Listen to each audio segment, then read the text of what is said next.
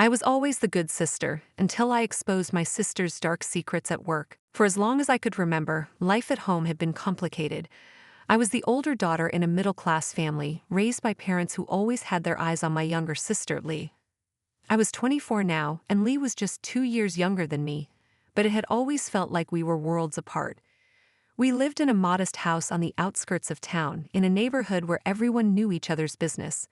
My parents, well-meaning as they were, always seemed to have different standards for me and Lee. Growing up, I had to follow a long list of rules: no skipping curfew, no bad grades, and certainly no talking back. If I made a mistake, there were consequences. But Lee, she was different.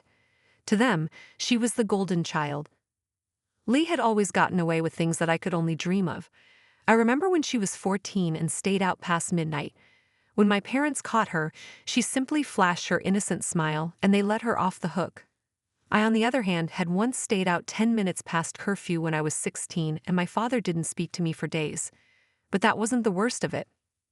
I could never forget the time Lee wrecked our family car when she was 17. She had borrowed it to go out with friends and came back with it scratched up, the bumper hanging off and the front fender completely dented. My parents didn't ground her. Instead, they bought her a new car. Meanwhile, I was still scrimping and saving to buy myself a second-hand bike to get around. At the time, I just brushed it off, telling myself that I was just the responsible one, the one who worked for everything. But Lee's behavior didn't stop there. She didn't just break the rules. She knew how to manipulate everyone around her, especially our parents. In college, she cheated on assignments, plagiarism really. I found out when one of her professors sent me an email by mistake, thinking I was Lee. She had used my name to cover up one of her cheating scandals, making it seem like I had helped her. It wasn't the first time she had used me like that. She had a way of getting me to fix things for her, smooth over situations that she'd gotten herself into. That semester, when Leah's grades dropped, she convinced our parents it was due to mental stress. They, of course, believed her. Instead of facing any consequences, they paid for her to retake all her classes, and they booked a 2-week vacation for her to recover. Meanwhile, I was working 2 jobs just to pay for my own tuition. By the time Leah graduated, her behavior had escalated. She started a pattern of causing chaos with her friends, and then calling me to fix things. It wasn't just a few isolated incidents, it became a routine. Whenever Leah hurt someone or messed something up, I would find myself making apologies on her behalf, smoothing things over with people she had wronged. I even got to the point where I didn't question it anymore. I just did what I had to do to keep the peace. I didn't realize how bad it had gotten until Lee started working at the same company I did. My parents had pulled a few strings with a family friend, getting her a job at the company, even though she had no relevant experience. I wasn't thrilled about it, but I decided I'd keep my head down and focus on my work. I had a lot on my plate already. But Lee, as usual, couldn't just blend in. From the moment she started, she acted like she owned the place. She made sure everyone knew we were sisters, constantly dropping our family connection into conversations. It started with little things like asking me to help her with tasks even though we weren't on the same team. But before long, it escalated. She started giving me orders, telling people I was slacking off and hinting that she could report me for not being a team player. Things got worse when Lee started taking credit for my work in meetings. At first, I didn't say anything. I just focused on doing my job. But when I was up for a promotion, a huge step in my career, Lee managed to derail it. One day she made a massive mistake on an assignment and somehow managed to pin it on me. When our boss called us both in to discuss it, Lee started crying, claiming that she had been overwhelmed and that I had promised to help her, but didn't. I tried to explain my side, but our boss wasn't convinced. The promotion went to someone else, and Lee walked away without a scratch. I tried to bring it up with my parents. I was hoping, at the very least, they'd understand how unfair it was. But instead, they immediately sided with Lee. They told me I should be supporting her, not tearing her down. In their eyes, I was the one who was jealous of her success. They couldn't believe I'd stooped so low as to speak out against my sister. That was when I realized I couldn't keep playing this game anymore. I began paying closer attention to Lee's actions at work. What I found was worse than I could have imagined. Not only was she manipulating me, but she was also messing with other coworkers. Lee had a knack for falsifying reports to make herself look better, and she was shifting blame whenever things went wrong. It wasn't just me she was sabotaging, she was creating chaos everywhere she went. That's when I decided to take action. I started documenting everything. Every email, every timestamp, every witness statement. I even confided in a trusted coworker, someone I knew would back me up if things got messy. I knew I had to be careful. Lee had always been so arrogant, acting like she was untouchable, but this time I was going to make sure she couldn't hide behind her charm. One afternoon, in the middle of a team meeting, Lee criticized me for a project delay, a delay that was entirely her fault. She laughed it off like it was a joke, but I could see the smirks from some of my coworkers. They knew what was going on. The last straw came when Lee accidentally left my name on a fraudulent report that she had doctored, framing me for her mistakes. It was the perfect setup. But what Lee didn't know was that I had already been documenting her every move. I had everything I needed to expose her. That night, I stayed late at the office, going over my evidence, making sure everything was in order. I couldn't afford to make any mistakes. The next morning, I submitted a detailed report to HR. I didn't know what would happen next, but one thing was clear. I wasn't going to be Lee's scapegoat anymore. I waited, unsure of what would happen. A day later, I received an email from HR confirming they had opened an investigation. They assured me that they would handle everything discreetly and my identity would remain confidential. Lee had no idea what was coming. In the meantime, she continued acting as though she were untouchable. She kept bragging in the break room about how easy it was to stay ahead of the company, making jokes about how her family connections meant she didn't have to worry about being held accountable. But her overconfidence was working against her. The more she bragged, the easier it was for HR to gather evidence against her. HR worked quickly. They coordinated with it to set up a digital audit trail, something I had suggested when I submitted my report. It didn't take long for them to find what they were looking for. Lee had been falsifying another report. She had edited the numbers to make herself look better, and when things went wrong, she had shifted the blame to a junior team member. The audit logs showed everything: the timestamps, her login credentials, and the specific changes she had made. There was no way for Lee to deny it. It was a Wednesday morning when everything came to a head. The HR investigation was in full swing, and the tension in the office was palpable.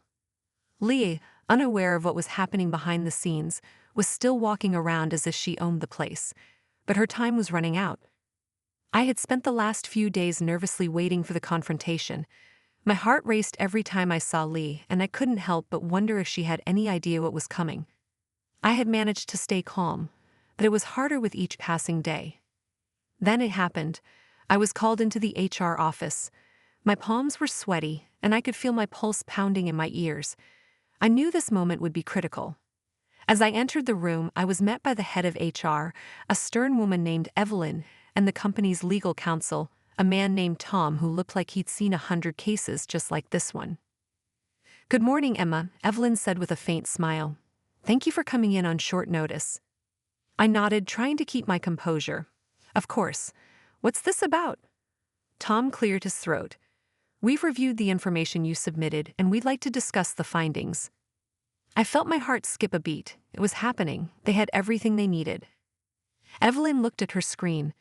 "We've confirmed multiple instances of fraudulent activity, including falsified reports and manipulation of team assignments. Your sister's involvement in these actions is clear." A lump formed in my throat, but I forced myself to speak. I knew something was going on. I just didn't know how deep it went. "We understand," Tom said, offering a sympathetic look. "It must have been difficult for you. But you did the right thing by coming forward. We'll handle this internally from here.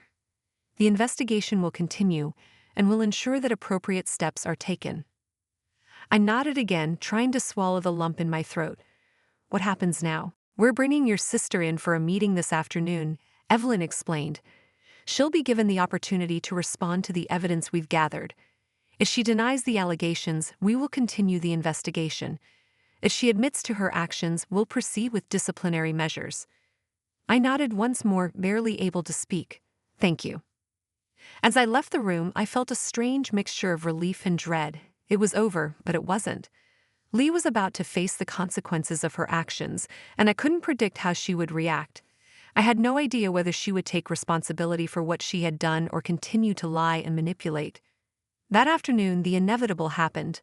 Lee was called into the HR office, and I could hear the faint murmur of voices from the other side of the door. I wasn't sure whether I wanted to hear it or not, but I couldn't resist. I stayed at my desk, pretending to work while eavesdropping on every word. "You've been accused of manipulating company data and falsifying reports," I heard Evelyn's voice clearly. "We've gathered evidence of your involvement in these actions." Lee's voice, usually so confident and sharp, was strangely quiet. "I don't know what you're talking about," she said, but I could hear the hint of panic beneath her words. "We have login timestamps, record changes, and multiple witnesses who can confirm your behavior," Tom said, his tone cold and professional. "This is not a minor mistake. You've repeatedly falsified records and taken credit for others' work. You've sabotaged your coworkers." There was a long pause, and for a moment, I thought Lee was going to break down. Instead, she started to argue. "This is ridiculous. I've worked so hard for everything I have, and you're just trying to take it all away from me." Her voice was rising now, full of anger. "Emma's been out to get me for years. She's jealous of me, and she's making all of this up." I winced at her words. It hurt to hear her say that, but I had braced myself for it. I knew Lee would never take responsibility, and I knew she would try to twist everything to make it seem like I was the problem. Evelyn didn't seem fazed. This is not about your sister. This is about your actions. We have the evidence. And if you don't come clean, we will escalate this further." Lee fell silent. I could almost hear the wheels turning in her head as she realized she was cornered. She had nowhere to run, nowhere to hide. "I didn't mean to hurt anyone," Lee finally muttered, her voice softer now. I didn't think it would get so out of hand. I thought I could fix it." Evelyn's tone softened, but there was still a clear authority in her voice. "Leah, you had the opportunity to correct your actions, but instead you chose to manipulate the situation for your own gain. This is not a small mistake. It's a pattern of behavior that has affected the entire team." Lee started to cry, and for the first time I felt something other than anger. It was strange, but I couldn't help but feel a little sorry for her. She was being exposed for who she truly was, and it was something she couldn't run away from anymore. "I'm sorry," Lee whispered, the tears thick in her voice. "I didn't know what else to do. I was scared. I wasn't sure what to think. Was this the moment of realization? Was Lee finally admitting the truth, or was she just trying to manipulate her way out of trouble again?" Evelyn didn't seem to buy it. "We'll take your apology into account, but this doesn't change the severity of your actions. You will be placed on probation while we conduct a full review of your behavior." I could hear Lee sniffing, her breath shaky. "What does that mean?" "It means you'll be monitored closely for the next few months. If we see any further violations, we will terminate your employment, and you will not be eligible for any promotions or raises during this period." Lee's sobs grew louder, and it was clear that she was starting to panic. "I'll do better. I swear I'll fix everything. Just give me a chance." Evelyn's voice remained calm but firm. "This is your last chance, Lee. You've already had several opportunities to correct your behavior, and you've chosen to ignore them. We'll be watching you closely." There was a long silence. I could hear Lee's frantic breathing as she tried to process everything that was happening. I felt a strange sense of satisfaction, but I also felt sorry for her. In some twisted way, I knew that Lee had never learned to take responsibility for anything in her life, and now it was catching up to her. After the meeting, Lee was sent home early. The entire office buzzed with rumors and whispers, but I didn't care anymore. I had done what needed to be done. The truth had come to light. I spent the next few days in a daze, unable to focus on anything other than the events of the past week. Lee's actions had shaken me, but I had a sense of relief. I had finally stood up for myself, and I knew that I was in control of my own future. The HR department kept me updated on the investigation. Lee's probation continued, and she was given the opportunity to redeem herself. But I could see that the company was no longer willing to let her manipulate the system. Her golden child status had come to an end. As for me, I couldn't help but wonder what would happen next. I was no longer the quiet, obedient sister. I had broken free from the chains that Lee had placed around me, and I had taken control of my own life. For the first time in years, I felt truly free. As the weeks passed, the dust slowly began to settle. Lee kept to herself, attending work only when necessary, her usual bravado replaced by a nervous caution. The office no longer buzzed with whispers about her, but the effect of her actions lingered in the air. Despite the ongoing probation, she still had her position, but it was clear that the respect she once commanded was slipping away. Her colleagues had seen the real Lee, and it was hard to unsee that. I, on the other hand, was finally beginning to breathe again. The weight that had pressed down on me for years was lifted. The sense of victory was undeniable, but what struck me more than anything was the sense of freedom. I no longer had to hide, no longer had to sacrifice my own happiness to accommodate Lee's insecurities. I'd always prided myself on being a good sister, always being there for Lee, even when she didn't deserve it. But now I realized that the best way to help her was to stop enabling her. I couldn't carry her mistakes anymore. One day, as I was heading home from work, I ran into Lee in the parking lot.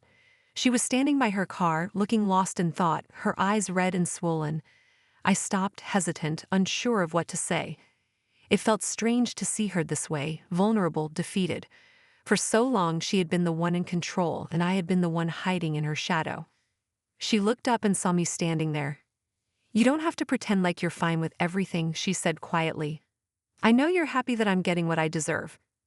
Her words stung, but I forced myself to remain calm. "Lynn, I'm not happy to see you like this. I never was. But I couldn't let you keep dragging me down. You can't keep manipulating everyone around you. It's not fair to them, and it's not fair to you." Lee's face softened slightly, but she quickly averted her gaze. "I don't know how to fix things. I don't know how to get back to who I was." "You don't need to go back to who you were," I said, my voice firm. "You need to be someone better, and I can't be the one to fix that for you. Only you can do that. But I'm not going to pretend like everything's okay anymore. I can't live in the shadow of your mistakes." She didn't respond at first, and I wasn't sure if she would ever understand. But as I turned to walk away, I felt a small sense of peace wash over me. I wasn't abandoning her. I was simply letting her face the consequences of her actions, and maybe, just maybe, it would push her to change. Months passed and Lee continued her probation. There were moments of tension, moments where it seemed like she might break again, but she didn't. Slowly, she began to show signs of growth. She apologized to some of her colleagues, began to take her work more seriously, and for the first time in a long time, she seemed to understand the importance of accountability.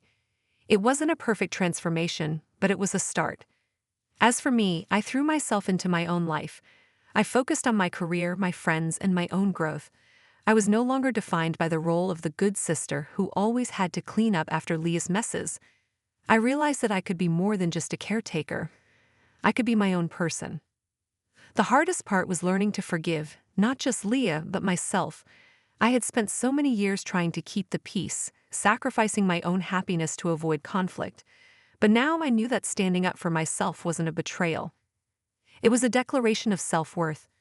One evening after work, I found myself sitting at a small cafe, watching the sunset and thinking about everything that had happened. The past year had been turbulent, but it had also been transformative.